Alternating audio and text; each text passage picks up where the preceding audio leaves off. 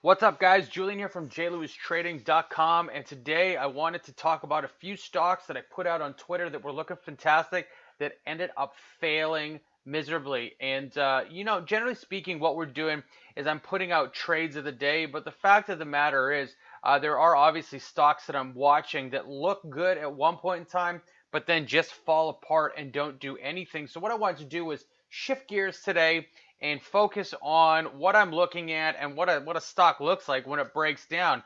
We can start off with DSS. Not entirely sure what these guys do. They're obviously in the industrial sector, as you can see.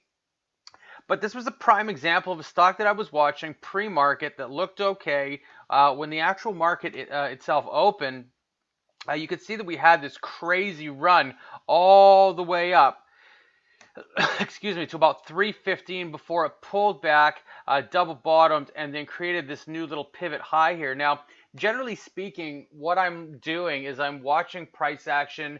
I'm wanting price action to be above its moving averages on the 1 minute chart, and I want it to be on the north side of the VWAP, which is that red check line there. And what I like to do personally is I'll just actually connect these pivot highs just like this, and then I'll wait for this trend line resistance area to break out. Now, this secondary touch right through here is what I was really watching, and I was looking for price action to pull back, which it did, and then rally and take this trend line resistance out. Now, it's in that general area. If you go over to @JLewisTrading on Twitter, you'll see that I'm calling this thing out, saying that I'm watching DSS, or I'll say stuff like watching it. It's on the watch list. I'm looking at it, looking to trade this, something to that effect.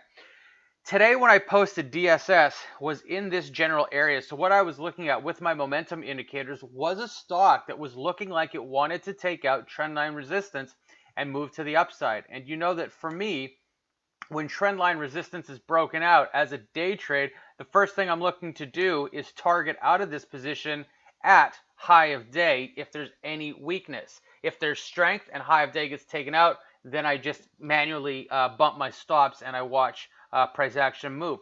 But in this particular situation, you can see that we created that pivot, pulled back, and just couldn't do anything else. And the net result is that this thing just continuously broke down further and further and further, creating those lower lows and even more lower lows. And now price action is struggling to get above that moving average area right through there. Can't do it. So this to me is what I would refer to as a failed trade. So when I'm putting out these alerts that these are stocks that I'm looking at, please keep in mind that if these things fail, I stop watching them and I move on to the next stock. And a case in point was I was also watching OTIV. This is something, again, that I put out today. Same sort of system where it just jumped up right out of the gate, pulled back, created a pivot high above all of its moving averages and the VWAP. I was just simply looking to connect my trendline resistance. I was waiting for another pullback, which I saw right through here. Excuse me. And the momentum indicators were telling me that there was going to be a bit of a bump here. We also had, look at this short-term trendline support area right through here that suggested that lows were getting higher and higher, which is also very bullish. So to me, lead-in trend bullish, price action pulls back, lows are getting higher, and I was looking at this area right through here to break to the upside, again, with high of day being the target. Now, that would have been a fantastic trade, but essentially what I needed to see happen first was this pseudo double top right through here needed to get taken out. We got a pivot and a pivot. There's your double top. Price action reverses, and price action just had no strength. And you can see that it decided to absolutely give up, sold off a little bit, bounced. We got more sellers that came in, and that was, again, another failed trade. And I'm not looking to do anything with this stock until it can get above this 244 today. If it can't reach 244 or higher, unless this thing comes up on my scanner pre-market, I'll never look at this stock again.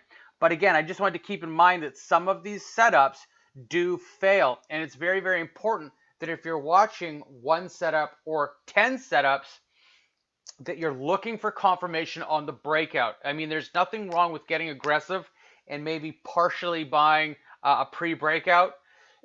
And then when you get some confirmation on that breakout, adding to your position, there's nothing wrong with that strategy. We do it all the time. But what we really want to focus on is making sure that when we have a nice bull setup and price action is moving to the upside and our momentum indicators are also pushing price action to the upside, then we want to get long. And there are a couple key things that we need to see personally over here with our strategy. And one of them is that obviously price action needs to be above trend line, or sorry, price action needs to break trend line resistance on the basis that price action is above all of the moving averages and the VWAP. In this case, terribly bearish, and I just don't see anything happening with it today. I mean, you've got this nice trend line support right through here, and if you're looking at this carefully, you can see that you've got a shoulder, a head, a shoulder, and this thing has every opportunity to break down. If it does, I would suspect that you would see a breakdown to at least 166. If this is shortable, and I don't know, I haven't seen the short list on this, whether it is or not, but if this thing broke down trendline support and plummeted down to 166, that would be a beautiful trade. Check back on this. Who knows? Let's see what happens. Another thing we called out, and this is TEUM. This is something that we called out again today as something that we're watching on Twitter. Again, Twitter handle is @JLewisTrading. And, system is the same. We had this nice big run up right through here, created some trendline resistance right through here. When trendline resistance was broken, price action started to move up. We were looking for this double top area as well to break right through here. So there was a two-part entry on this thing. Excuse me. Two-part entry on this that was really, really nice. First of all, you would get long through here, and then when it confirmed this breakout, you would get long through here. It was actually the 107 area that I called, and you can see that this thing flagged again, popped up, hit this beautiful high of 149 before it completely sold off. And again, that was another trade that we put out there. So this is a situation out of the three that we put out. This is the one that actually played itself out, and it was a very, very beautiful trade. So again, just wanted to create this video and put this out for you guys to keep track of the fact that sometimes setups, as beautiful as they might be, with price action moving in the direction you want it to be, trendline resistance is about to get broken out, momentum is moving in your favor, there are the off chances that they break down, and that's why it's important to understand how this system works perfectly before you get long a position. Anyways, my name is Julian. I'm from jlewistrading.com. If you have any questions about this trade, I'm at info@jlewistrading.com. And I just wanted to put this video out there again to remind you guys that there are certain things that you're going to want to keep in mind when trading, and that is that sometimes setups fail. If the setup fails, just simply walk away. Thanks for watching. See you in the next video.